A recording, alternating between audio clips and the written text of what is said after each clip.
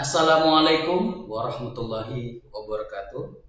Perkenalkan, nama saya adalah Dr. Khairul Eskom MKom. Saya adalah dosen yang bertugas di program studi Sistem Komputer, Fakultas Sains dan Teknologi Universitas Pembangunan Pancabudi. Salah satu mata kuliah yang saya ampu adalah Komunikasi Data dan Jaringan Komputer. Mata kuliah ini diberikan di semester 3 dengan bobot 4 SKS. Deskripsi mata kuliah ini adalah bagaimana kita merancang dan mengemukakan ide komunikasi data pada jaringan komputer, mengimplementasikan konsep jaringan komputer, melakukan kontrol terhadap kerja jaringan pada berbagai situasi dan kondisi. Lalu, bagaimana juga mengamankan jaringan komputer pada komunikasi data. Adapun materi pembelajaran yang diberikan pada mata kuliah komunikasi data dan jaringan komputer. Yang pertama adalah konsep komunikasi data dan jaringan komputer itu sendiri, lalu mengenal perangkat jaringan komputer dan bagaimana berkomunikasi menggunakan jaringan komputer. Selanjutnya, transmisi data dan media transmisi, lalu protokol OSI 7 layer dan protokol TCP/IP. Selanjutnya, teknik routing dan teknik switching. Selanjutnya, multiplexing dan split spectrum. Lalu, frame relay. Dan yang terakhir adalah teknologi jaringan wireless dan mobile serta keamanan jaringan komputer pada komunikasi data. Capaian pembelajaran mata kuliah yang diharapkan adalah mahasiswa memahami konsep dasar komunikasi data dan jaringan komputer itu sendiri.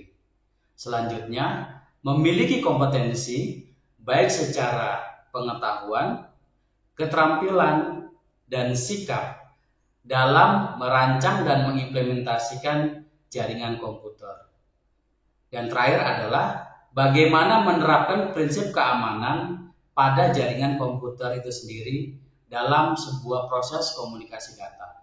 Sistem pembelajaran yang diterapkan di Universitas Pembangunan Pancabudi menerapkan sistem pembelajaran blended learning, di mana pembelajaran diberikan selama 14 kali pertemuan, dilakukan secara online dan juga dilakukan secara tatap muka. Ketika pembelajaran secara online dilakukan, maka kita menggunakan platform yaitu Google Meet atau Zoom Meeting dan memanfaatkan aplikasi WA atau Telegram untuk diskusi mata kuliah. Sedangkan ketika tatap muka, mahasiswa diharapkan hadir di kampus tetap mematuhi protokol kesehatan. Teknik pembelajaran yang saya lakukan menggunakan model DIA. Yang pertama yaitu delivery, di mana proses ini adalah saya memberikan materi mata kuliah yang sudah saya sampaikan di e-learning maupun di Google Classroom. Setelah itu, yaitu tahapan I atau interaction, di mana saya memanfaatkan sesi ini sebagai sesi untuk penyampaian materi melalui metode ceramah, kemudian memanfaatkan diskusi bersama mahasiswa sehingga diharapkan mahasiswa mampu mengembangkan kompetensi yang mereka miliki. Kemudian yang terakhir adalah assessment, di mana di dalam setiap pertemuan saya selalu memberikan latihan dan tugas untuk menilai sejauh mana tingkat pemahaman siswa, baik secara pengetahuan, keterampilan, dan attitude dari mahasiswa itu sendiri. Bobot penilaian yang diterapkan di Universitas Pembangunan Pancabudi yaitu yang pertama adalah nilai kehadiran sebesar 10%, lalu nilai tugas 10%, nilai kuis 10%, nilai ujian tengah semester atau UTS 30%, dan nilai UAS sebesar 40%. Demikianlah video narasi singkat ini saya sampaikan, yang mana ini merupakan bagian dari proses penyusunan pernyataan diri dosen untuk unjuk kerja Tridharma Perguruan Tinggi. Berikut saya sampaikan video pembelajaran yang saya lakukan di kelas menggunakan media online. Selamat menyaksikan. Bismillahirrahmanirrahim. Assalamualaikum warahmatullahi wabarakatuh. Waalaikumsalam Waalaikumsalam warahmatullahi warahmatullahi wabarakatuh. wabarakatuh. Baik, selamat siang teman-teman sekalian, mahasiswa yang ngambil mata kuliah komunikasi data dan jaringan komputer. Nah, hari ini adalah pertemuan kita yang kedua, di mana pertemuan sebelumnya kemarin kita sudah membahas materi terkait dengan pengantar komunikasi data dan jaringan komputer. Sekali lagi saya ingatkan untuk sama-sama teman-teman mematuhi segala kontrak kuliah yang sudah kita sampaikan di pertemuan sebelumnya. Sekali lagi, ketika proses pembelajaran kita lakukan, karena pembelajaran kita menggunakan metode blended learning, di mana ada pertemuan kita lakukan secara online, dan ada beberapa pertemuan juga yang kita lakukan secara tatap muka. Jika ada yang ingin ditanyakan, silakan teman-teman izin untuk bertanya, dan untuk senantiasa dalam perkuliahan ini semuanya mengaktifkan kamera ya. Nah, jangan ada yang menutup kamera lebih dari 5 menit supaya saya bisa mengecek tingkat kehadiran teman-teman semuanya. Nah, alhamdulillah tadi sudah kita tunggu 5 menit ya. Sudah hadir semua di sini. Ada baiknya sebelum kita mulai perkuliahan kita pada siang hari ini untuk mendapatkan rahmat, ridho dari Allah Subhanahu wa taala, Tuhan Yang Maha Esa. Mari kita sama-sama berdoa menurut agama dan kepercayaan masing-masing. Baik, doa dimulai.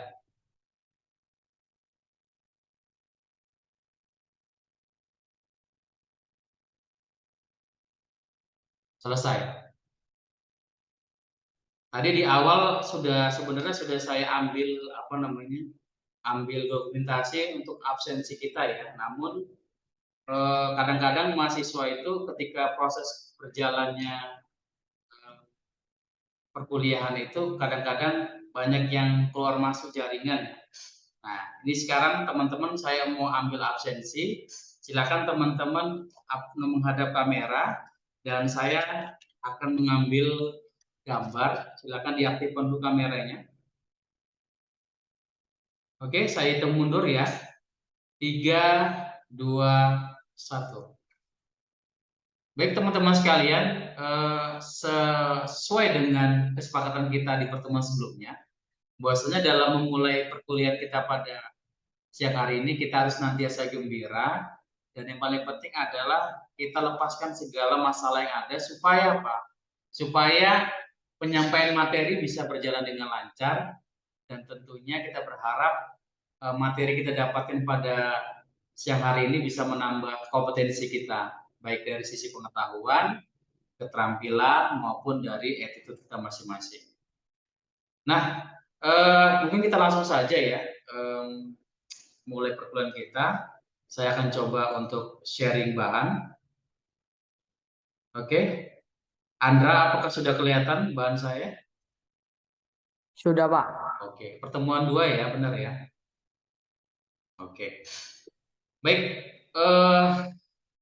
Pada hari ini kita akan masuk ke pembahasan selanjutnya, yaitu tentang spesifikasi perangkat jaringan komputer. Di mana di mata kuliah kita pada siang hari ini fokus topiknya itu adalah bagaimana membentuk kompetensi dari mahasiswa sekalian, baik dari segi pengetahuan, dari segi keterampilan dan sikap, untuk bagaimana bisa menentukan spesifikasi perangkat jaringan. Karena apa? Perlu teman-teman ketahui, di pasaran ataupun di industri jaringan sekarang ini, itu beberapa perangkat komputer kayak dengan jaringan itu sangat banyak ya. Jadi banyak pilihan dengan berbagai spesifikasi dan harga yang bervariasi. Sehingga sebagai seorang administrator jaringan, kita diwajibkan untuk dapat mengetahui minimal spek apa yang mau kita ambil dan berapa harga dan biaya yang akan kita keluarkan. Kemudian tujuan dari mata kuliah ini sebenarnya menguatkan ya mahasiswa itu untuk dapat meningkatkan kompetensi teknis. Jadi teman-teman nanti kalau sudah selesai dari perkuliahan ini, kita berdoa teman-teman jadi sarjana, kan mana tahu nanti ada rezeki bisa bekerja, kemudian atau bisa membuka usaha terkait dengan bidang jaringan ini, teman-teman setidaknya bisa mengetahui spesifikasi dan harga dari komponen perangkat komputer atau komponen jaringan komputer itu sendiri. Nah, hari ini fokusnya materi kita adalah komponen hardware atau perangkat keras di dalam jaringan. Nah, namun untuk menyegarkan kembali ingatan kita terkait dengan pertemuan kita sebelumnya, maka kita akan coba untuk merefresh ya, menggali kembali apa yang sudah kita lalui di pertemuan mata kuliah sebelumnya.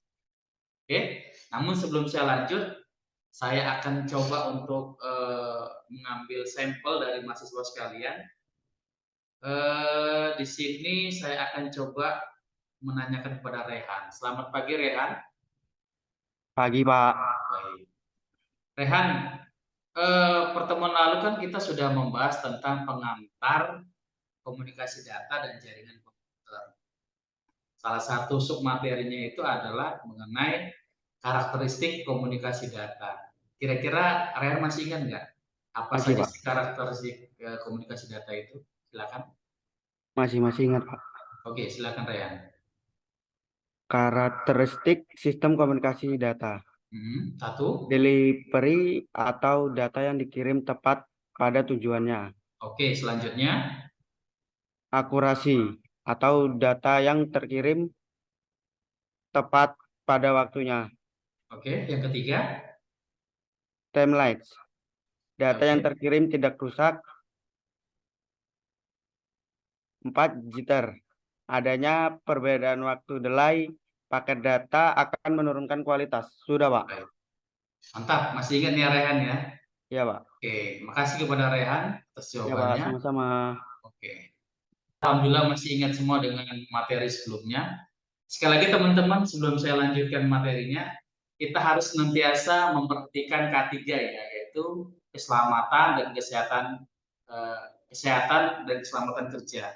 Jadi teman-teman ketika mengakses sebuah komputer maupun laptop, baik juga smartphone, untuk senantiasa menjaga kesehatan, dan yang paling penting adalah jauhkan dari hal-hal yang bisa mengakibatkan cedera, entah itu kesetrum atau mungkin dari lokasi-lokasi perangkat kerja komputer kita yang bisa mengganggu pembelajaran kita pada pagi hari ini. Oke, terima kasih kepada Ismail dan Raihan. Kita lanjut ya materi kita. Nah, hari ini karena fokus materi kita itu adalah tentang pengenalan komponen hardware atau perangkat keras jaringan, maka ada beberapa komponen yang akan kita bahas pada pagi hari ini. Yang pertama yaitu komputer PC itu sendiri, selanjutnya nanti ada NIC atau Network Interface Card, kemudian juga ada modem, lalu nanti kita juga akan contohkan kabel ya, kabel jaringan, selanjutnya konektor, lalu ada hub dan switch, kemudian repeater, lalu bridge, lalu ada router, access point, dan mungkin ada beberapa perangkat jaringan yang akan kita bahas juga. Nah, sekali lagi teman-teman, saya ingin memastikan bahan ini kan sudah saya upload di e-learning kita ya. Apakah semuanya sudah membaca dan menerima materinya? Mungkin Muhammad Rehan sudah diterima Rehan? Muhammad Rehan Aldino? Ya, Pak. Ya, sudah diterima dan di-download materinya ya? Sudah. Oke, makasih. Jadi teman-teman, materi yang sudah saya sampaikan di e-learning kita akan kita bahas di pertemuan pada hari ini lebih teknis ya. Nah, kalau untuk teorinya silakan teman-teman download dan teman-teman nanti silakan diskusi. Jadi manfaatkan perkuliahan kita pada pagi hari ini itu sebagai sesi diskusi. Untuk materi secara teoritis silakan dibaca. Selanjutnya teman-teman nanti di beberapa pembahasan kita itu ada beberapa perangkat jaringan yang memang beberapa fungsional hampir mirip karena perkembangan teknologi. Jadi perangkat jaringan dulu contoh ya, switch itu sendiri, hub itu sendiri. Nah sekarang satu perangkat komputer itu bisa menjalankan tugasnya sebagai switch, bisa juga sebagai repeater, bisa juga sebagai bridge, bisa juga sebagai router. Nah, itulah canggihnya sekarang. Jadi satu perangkat itu bisa menjadi berbagai fungsi. Kita lihat ya. Nah, kita akan masuk ke pembahasan pertama, yaitu komponen hardware atau perangkat keras dari jaringan itu sendiri. Nah, kalau komputer, saya yakin dan percaya teman-teman nanti sudah terbiasa ya. Nah, laptop, komputer ini merupakan perangkat jaringan yang bisa kita gunakan. Selain itu, teman-teman juga nanti bisa menggunakan perangkat seperti smartphone.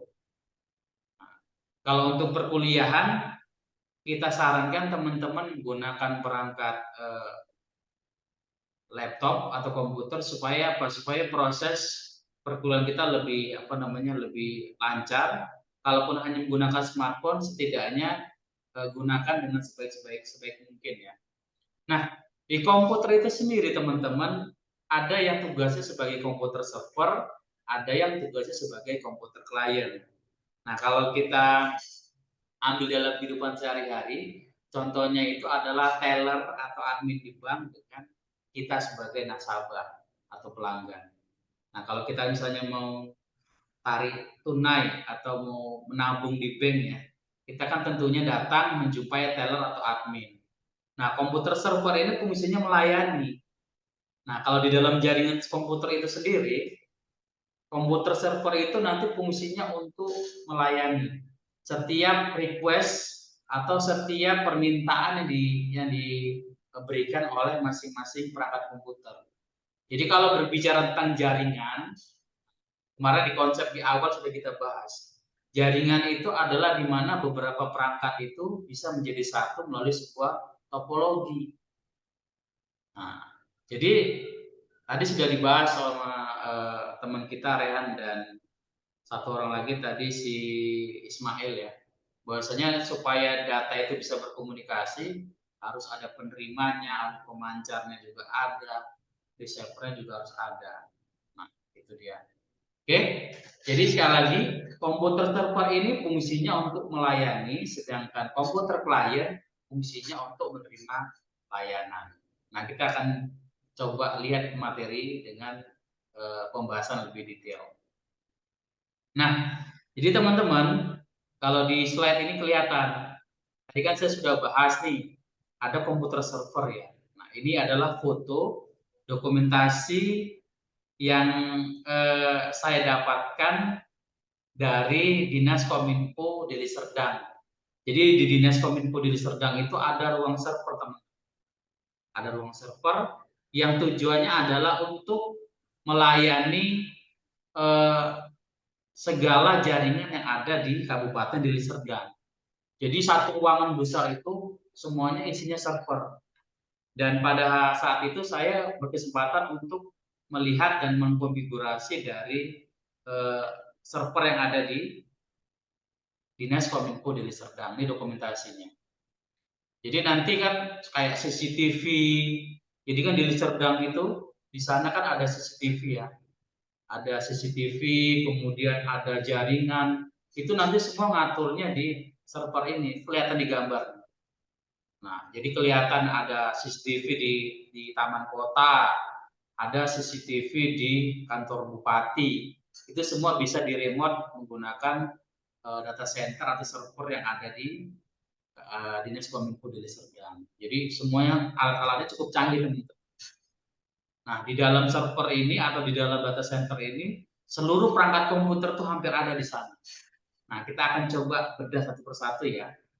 Nah, yang pertama itu ada namanya NIC atau Network Interface Card. Jadi NIC ini biasanya bisa dikenal dengan istilah LAN card.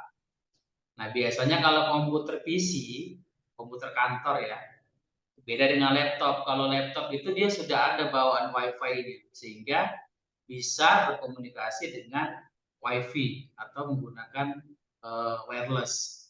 Pertemuan sebelumnya sudah kita bahas teman-teman, kita bisa terkoneksi dengan perangkat kabel, juga bisa terkoneksi dengan wireless. Nah, jadi bentuknya seperti ini teman-teman. Kalau dulu modelnya seperti ini, Tapi sekarang sudah lebih simple dengan menggunakan USB. Nah, kemudian ini dia, ada yang sekarang bentuknya kayak ada antenanya kayak gitu. Nah, sekarang sudah lebih simple. Jadi kalau komputer itu kan tidak punya perangkat WiFi, komputer PC, maka kita bisa gunakan NIC-nya. Kemudian teman-teman kita akan lanjut yaitu modem, yaitu singkatan dari modulator dan demodulator. Jadi modem ini nanti biasanya bisa kita temukan di rumah-rumah yang berlangganan yang namanya ISP atau Internet Service Provider. Salah satu contohnya adalah IndiHome.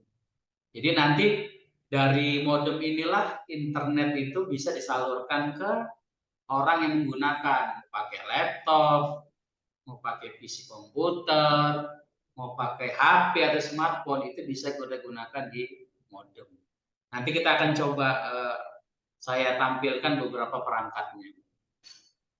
Nah, kemudian ada yaitu kabel jaringan atau LAN. Jadi kabelan ini nanti ada beberapa contoh, ada yang modelnya koaksial. Nah, koaksial ini biasanya dipakai untuk antena TV kita di rumah. Nah, coba kalian lihat di belakang itu, kalau teman-teman punya TV ya, yang pakai antena, kalian cabut. Nah, itu nanti kabelnya ada yang kayak tembaga di dalamnya. Itu adalah kabel koaksial. Kemudian yang kedua ada kabel Fishpair dan biasanya kalau di pasaran itu kita kenal dengan UTP. Kabel UTP, lalu ada juga namanya kabel fiber optik. Nah, ini biasanya kalau teman-teman lewat ya, kalau ada kabel kecil warna hitam, nah yang masuk ke rumah-rumah dari IndiHome itu adalah kabel fiber optik. Nah, kita lanjut lagi. Nah, ini adalah konektor. Jadi kalau kita gunakan kabel UTP, teman-teman, itu kita butuh konektor supaya nanti bisa digunakan. Nanti kita demokan ya. Nah, konektornya ini biasa kita gunakan yaitu RJ45. Kalau di koaksial namanya konektor BNC, kalau di fiber optik namanya konektor ST. Itu dia. Nah, kita lanjut lagi sedikit. Nah, ini ada yang selanjutnya adalah hub dan switch. Hub sama switch ini secara fisik hampir mirip ya. Nah, tapi dia ada bedanya. Kalau hub dia lebih ke physical layer, sedangkan switch itu untuk data link layer. Oke, mungkin supaya sebelum saya lanjut, kira-kira ada pertanyaan di materi ini, silakan. Ada Pak, saya ingin bertanya Pak. Oke, silakan Ansarul. Oh ya Pak, saya lihat kan switch dan hub ini sepertinya sama. Saya ingin menanyakan perbedaannya Pak. Oke, baik, terima kasih kepada Ansarul. Ya, benar ya. Jadi kalau secara fisik, secara tampilan hampir mirip-mirip ya. Nah, nanti bedanya apa? Kita akan coba. Ini coba saya share screen. Dan saya stop dulu. Baik teman-teman, tadi pertanyaan dari Ansaru ya.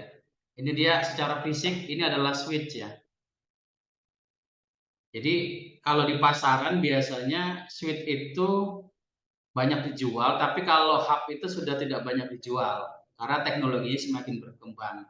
Nah, bedanya apa? Kalau switch dia itu bisa diatur konfigurasinya lebih dalam.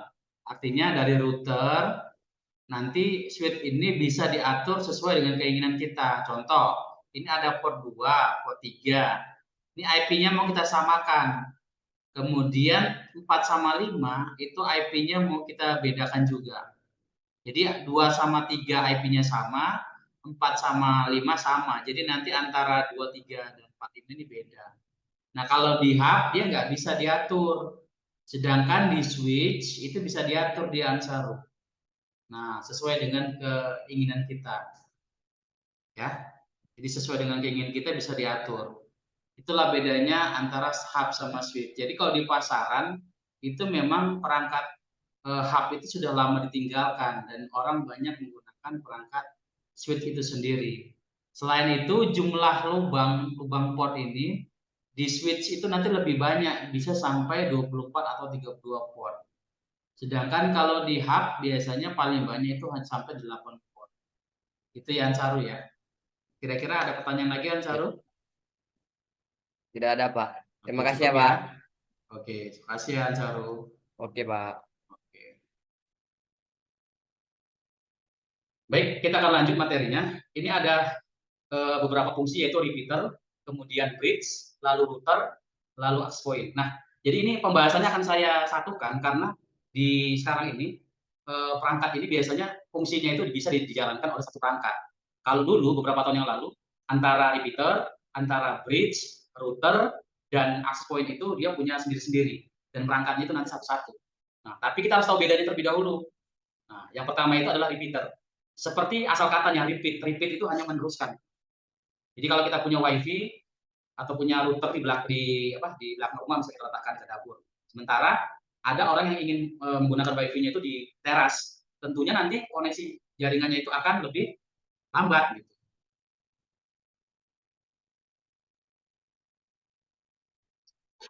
Oke, jadi repeat itu hanya meneruskan teman-teman. Jadi koneksinya artinya untuk memperkuat aja ya. Tetapi nanti nama SSID atau wifi yang muncul itu tetap sama. Selanjutnya ada bridge. Nah, bridge ini tadi yang seperti saya contohkan sebelumnya, yaitu kita bisa mengatur port di dalam sebuah switch itu atau router itu untuk misalnya IP-nya sama dan berbeda. Nah, seperti ini tampil di gambar ya. Jadi bridge ini nanti memungkinkan sebuah jaringan komputer itu punya beberapa IP masing-masing. Selanjutnya itu ada router ya. Router ini fungsinya tadi nge-route. Route itu artinya memberikan jalan. Jadi sebuah jaringan itu contoh akan berkomunikasi dan berlalu lalang, sebuah transmisi datanya itu diatur oleh router. Jadi nanti switch itu yang ngatur router, kemudian yang ngatur bridge juga router, lalu yang mengatur repeater nanti juga dari routernya.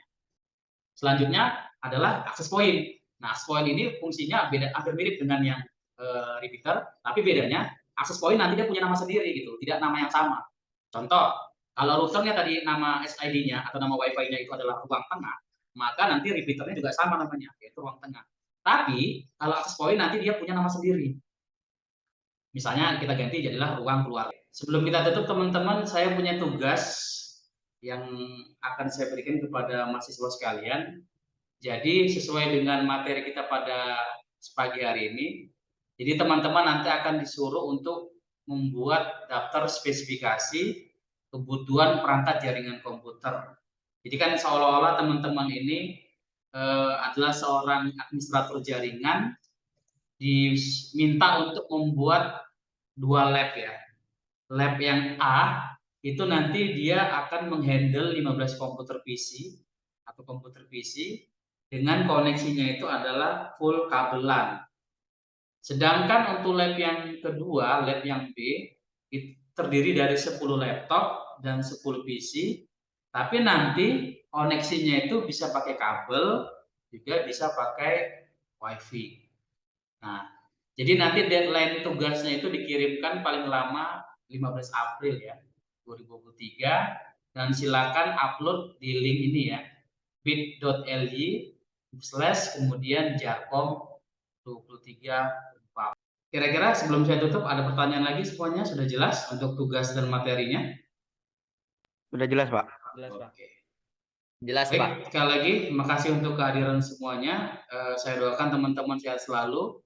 Dan yang paling penting sebelum perkuliahan kita masuk di minggu depan semuanya sudah membaca bahan sehingga perkuliahan kita adalah sesi untuk diskusi. Baik, jika tidak ada lagi, saya akan akhiri perkuliahan kita pada pagi hari ini. Lebih dan kurang saya mohon maaf. Billahi fi sabilillah. Assalamualaikum warahmatullahi wabarakatuh.